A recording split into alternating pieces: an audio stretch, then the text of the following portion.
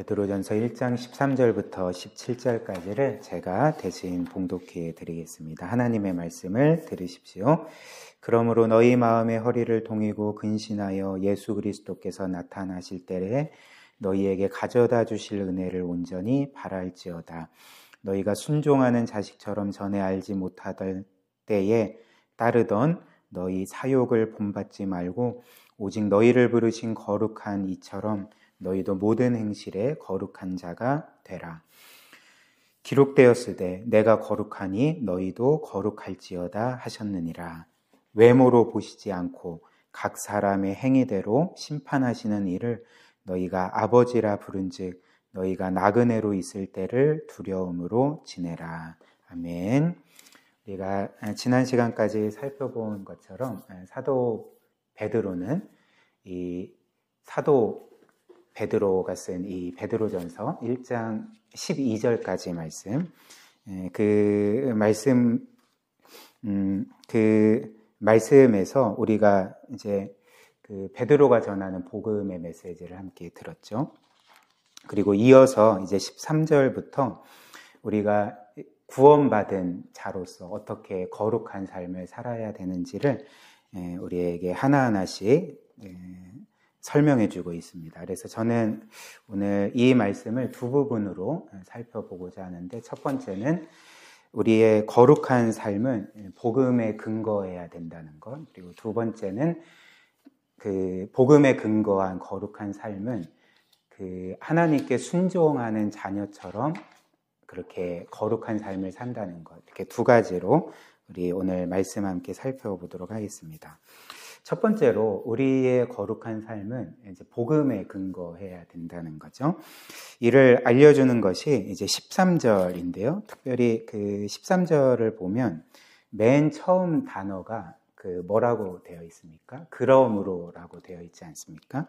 이 신약 성경, 특별히 서신서에서 이 그러므로라는 단어는 그 굉장히 중요한 단어입니다. 보통 사도 바울이나 혹은 오늘 보는 이 사도 베드로가 쓴 그 신약 성경의 서신서들을 보면 이제 앞부분에는 이제 그들이 설명하는 복음이 기록되어 있고요.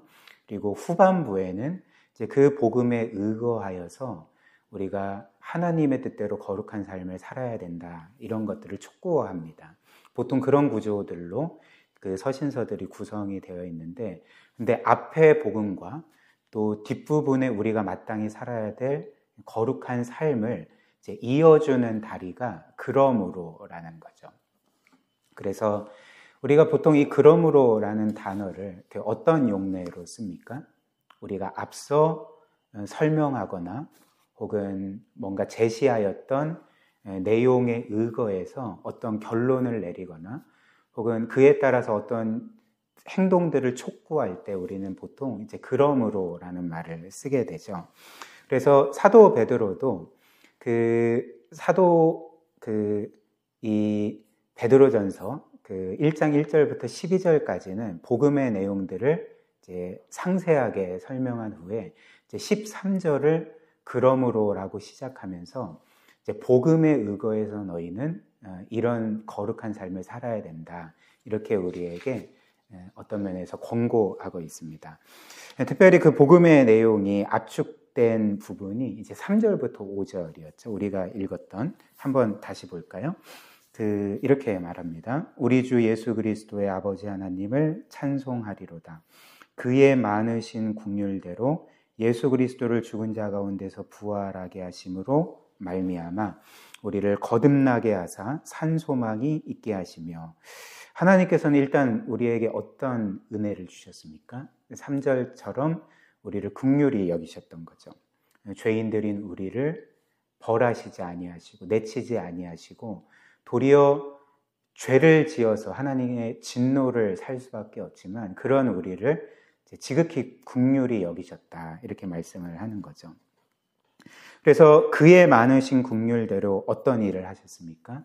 그 외아들을 우리를 위한 구세주로 이 세상에 보내시고, 그리고 예수께서는 우리의 모든 죄를 짊어지시고 죽으셨다가 다시 사셨다, 이렇게 말을 하는 거죠. 그리고 하나님은 그리스도의 죽음과 부활에 의거해서 어떻게 하셨다고 합니까? 우리를 거듭나게 하셨다. 이렇게 말을 하는 것입니다.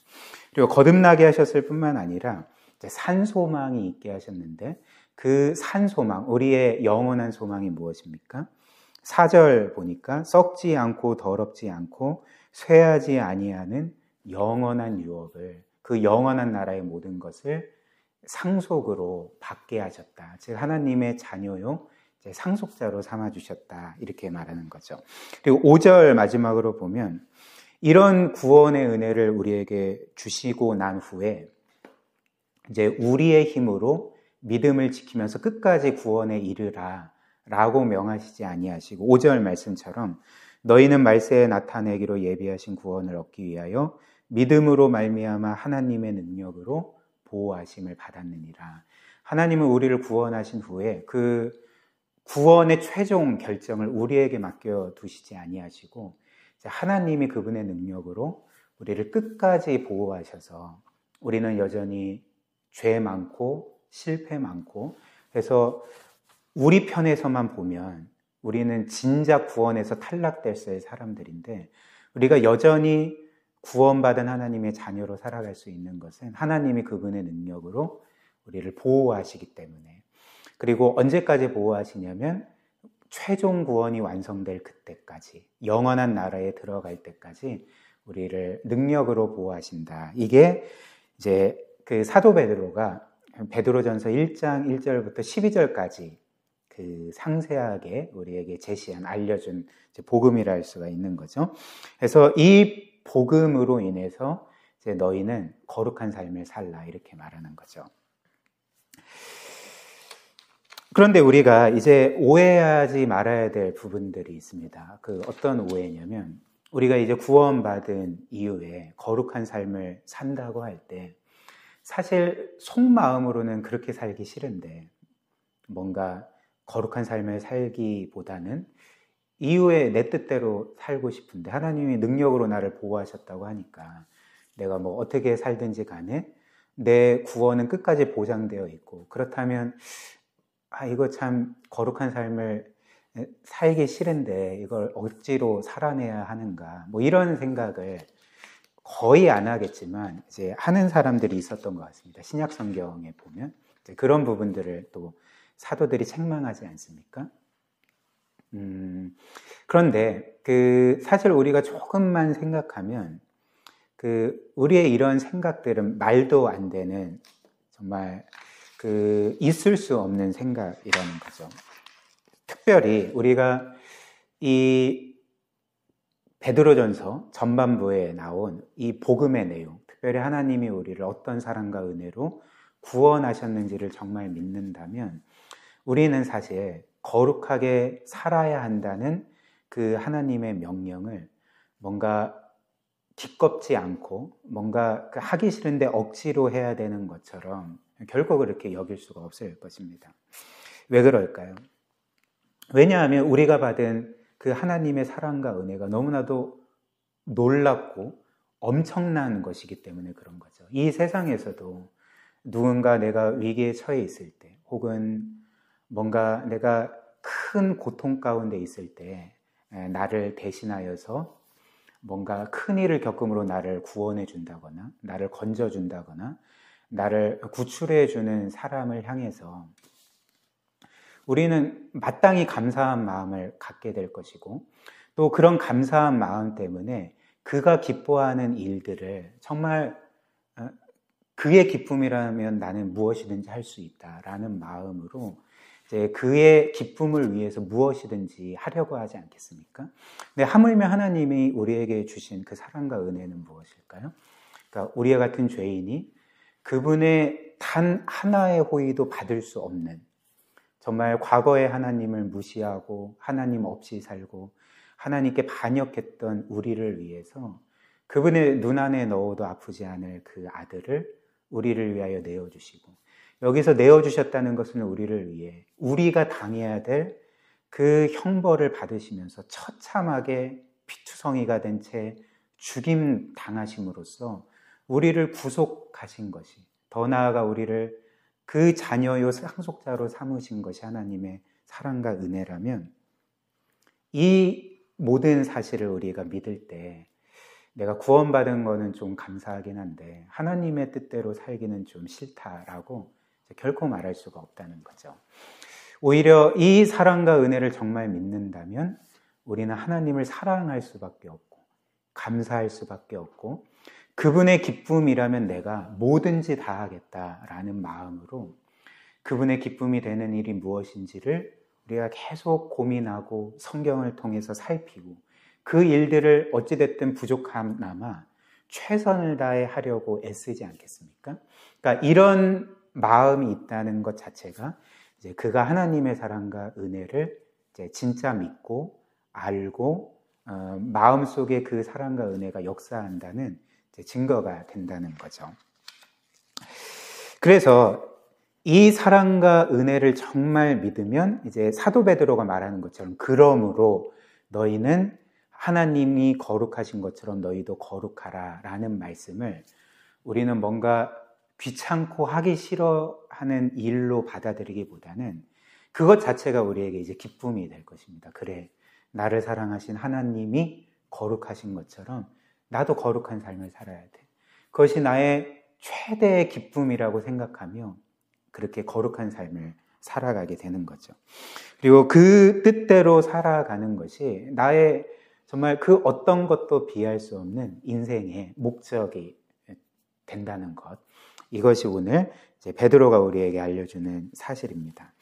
그래서 이에 대해서 우리가 잘 아는 찬송가, 우리가 그 초반부에 불렀던 샘물과 같은 보혈은 이 찬송가를 쓴 그 윌리엄 카우퍼라는 17세기의 영국의 그 시인이 있습니다. 기독교 시인이 있었는데 이제 이 분이 그 또 다른 찬양을 썼는데 찬양의 가사가 이런 거죠. 한번 들어보십시오.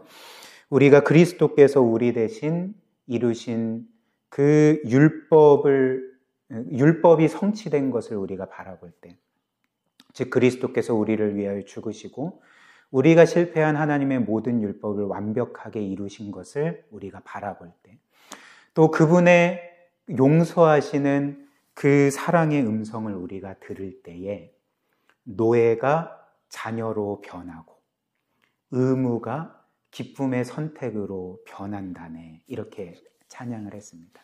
즉 우리가 그분의 사랑을 정말 알면 노예가 그분을, 아버지를 사랑하는 자녀로 변하게 되고, 그렇기 때문에 그분의 뜻을 행하는 것이 단지 억지로 하는 의무가 아니라 이제 기쁨의 선택이 된다네 라고 이렇게 찬양을 했던 것입니다. 그 다음 두 번째로 이렇게 우리의 거룩한 삶이 이제 복음에 의거해야 된다고 할 때, 복음에 근거한 거룩한 삶이라고 할 때, 그것은 구체적으로 어떤 삶인가? 오늘 말씀처럼 하나님의 그 뜻에 순종하는 자녀와 같이 이제 거룩한 삶을 살아가는 것이라 우리에게 이렇게 알려주는 거죠. 14절, 15절 우리 이어서 한번 보겠습니다. 너희가 순종하는 자식처럼, 즉 순종하는 자녀처럼 전에 알지 못할 때에 따르던 너희 사욕을 본받지 말고 오직 너희를 부르신 거룩한 이처럼 너희도 모든 행실에 거룩한 자가 되라, 이렇게 말합니다. 그래서 이제 우리는 구원받은 이후에 하나님께 순종할 때 순종하는 자녀와 같이 하나님께 순종하며 거룩한 삶을 살아야 한다는 거죠. 그리고 우리가 순종하는 자녀처럼 거룩한 삶을 산다는 것은 이제 바꿔 말하면 우리는 마치 우리를 엄하게 대하는 주인을 섬기는 종처럼 하나님의 뜻을 행하는 삶을 살지 않게 된다는 것입니다. 보통 종은 왜 주인에게 순종할까요? 물론 간혹가다 주인이 너무 존경스럽고 주인을 사랑하기 때문에 순종하는 종도 물론 있을 것이지만, 대체적으로 종이 주인에게 순종하는 이유는 자신이 어찌됐든 최선을 다해 주인을 섬김으로써 주인으로부터 사랑과 인정과 칭찬을 얻어내기 위해서, 혹은 순종하지 않을 시에 받을 그 벌을 피하기 위해서, 받지 않기 위해서 보통 종은 주인에게 순종하지 않습니까? 그래서 이때 종이 주인에게 순종하는 동기는 무엇일까요? 그러니까 종이 주인에게 순종하는 동기는 사실 두려움인 거죠. 두려움 때문에 순종하는 거죠. 그래서 내가 순종하지 않을 시에 주인으로부터 사랑과 인정과 칭찬을 받지 못하면 어쩌지 하는 두려움. 혹은 내가 순종하지 않을 시 주인이 나를 때리거나 벌하거나 쫓아내면 어떻게 하지? 라는 두려움 때문에 종은 보통 주인에게 순종한다는 겁니다. 그러나 우리가 하나님께 순종할 때는 이렇게 종처럼 엄한 주인을 대하듯 그에게 순종하는 그런 것이 우리의 거룩한 삶이 아니라는 것입니다.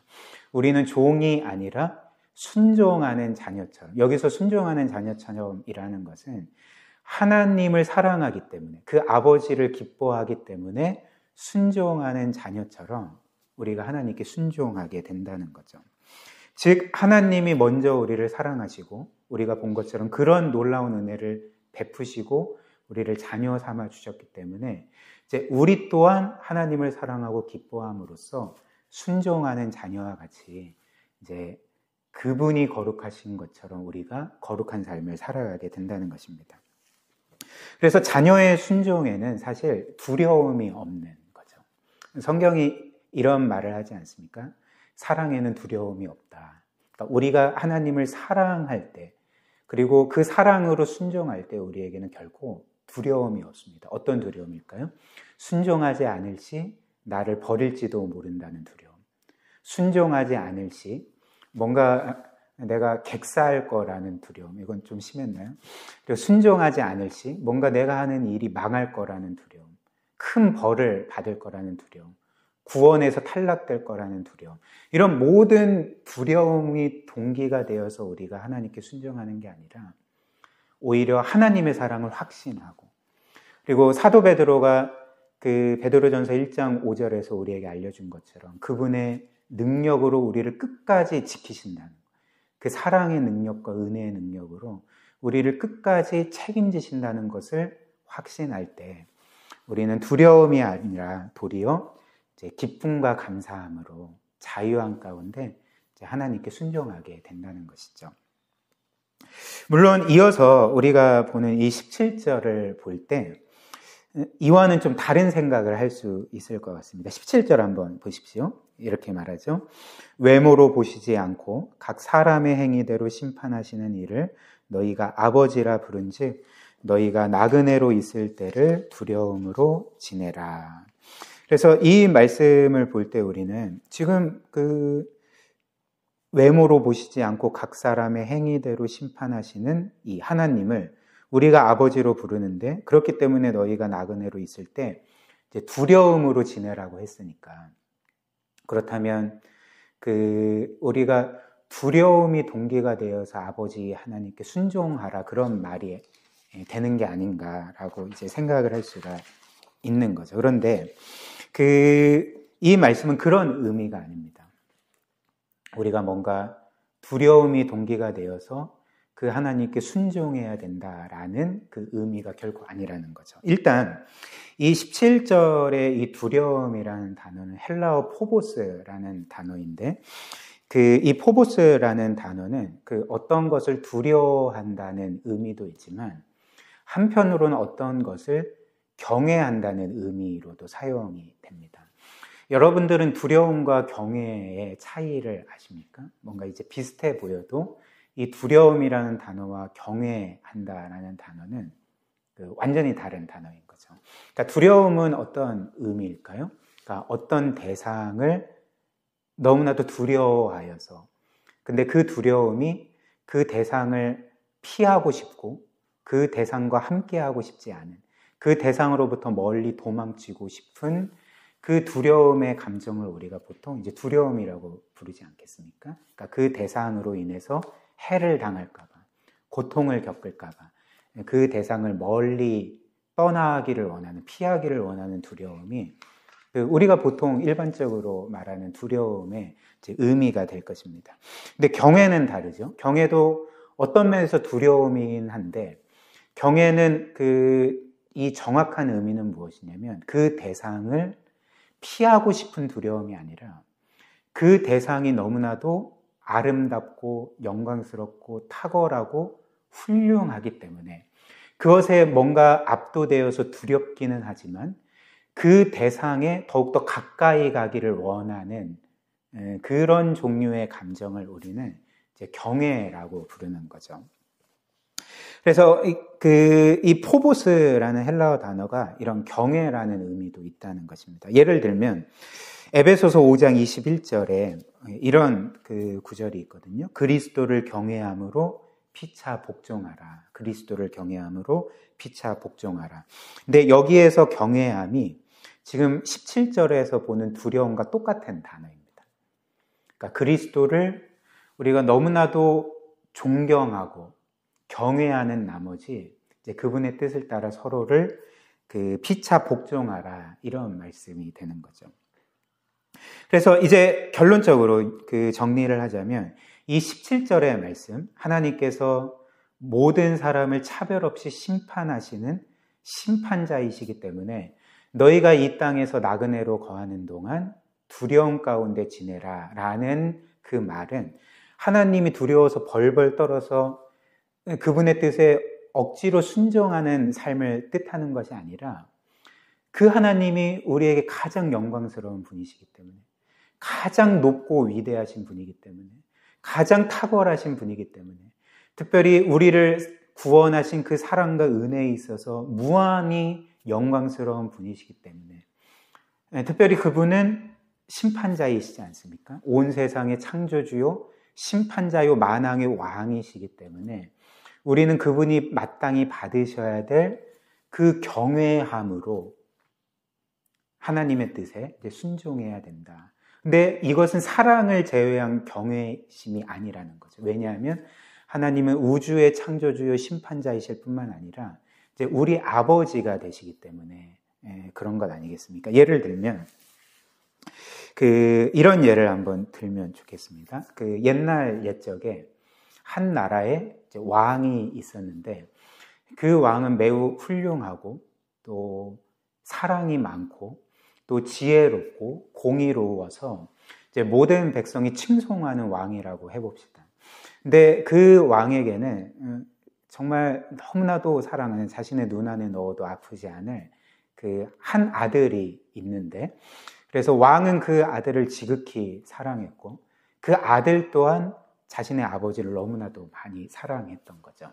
특별히 그 아들에게 왕은 그 왕일 뿐만 아니라 그 아버지일 뿐만 아니라 친구 같은 존재인 거죠. 그래서 그 아들은 어찌됐든 이런 왕을 너무나도 사랑했습니다. 근데 아들이 왕을 사랑하기만 했을까요? 그냥 가볍게 친구로만 대했을까요? 그렇지 않고 이 아들은 그 왕을 경외했던 거죠. 왜 경외했겠습니까?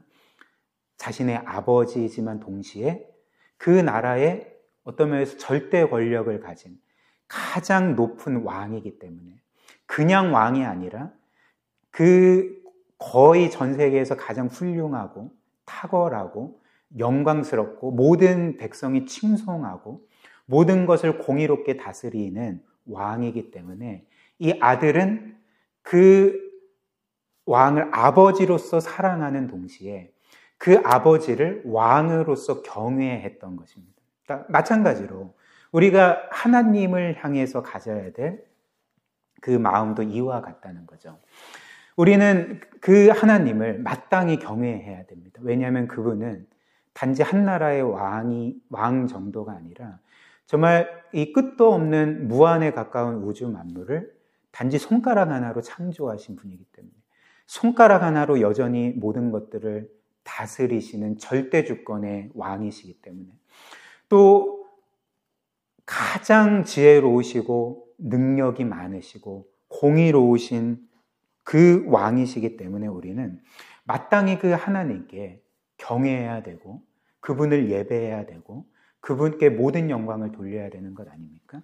그러나 동시에 우리는 그 하나님을 경외할 뿐만 아니라 그 엄청난 분께서 그 위대하신 분께서 우리의 아버지가 되시기 때문에 우리는 그분을 사랑하는 거죠. 자녀로서 그분을 사랑하게 되는 것입니다. 그래서 이런 이유로 우리는 사랑뿐만 아니라 경외로 그리고 경외뿐만 아니라 사랑으로서 그 아버지 하나님께 순종하며 그분의 거룩하신 성품을 따라서 우리도 거룩한 삶을 이제 살아가게 된다는 거죠. 그리고 이것을 기억할 때 우리가 그분을 따라 거룩하게 살아가는 것이 우리에게 최대의 기쁨이 될 것입니다. 우리의 인생의 최고의 목적이 될 것입니다. 왜 그럴까요? 우리가 닮고자 하는 그분이 이 세상 만물 가운데 가장 영광스러운 분이시기 때문에, 가장 높으신 분이기 때문에, 가장 탁월하신 분이기 때문에, 그 찬란한 빛 가운데 거하시는 분이기 때문에, 그리고 동시에 우리를 위해 외아들까지 내어주실 정도로 우리를 사랑하시는 아버지시기 때문에 우리는 그분을 따라 거룩하게 살아가는 것이 이제는 우리에게 어떤 하기 싫은 무거운 짐짝이 아니라, 하기 싫은데 억지로 해야 될 의무가 아니라 정말 기쁨으로 그 뜻에 순종하며 거룩한 삶을 살아가게 되는 거죠. 이 모든 것들을 가능하게 하는 그 복음을 우리가 늘 기억하며 하나님의 사랑과 은혜를 우리가 늘 묵상하며 이런 거룩한 삶 살았으면 좋겠습니다.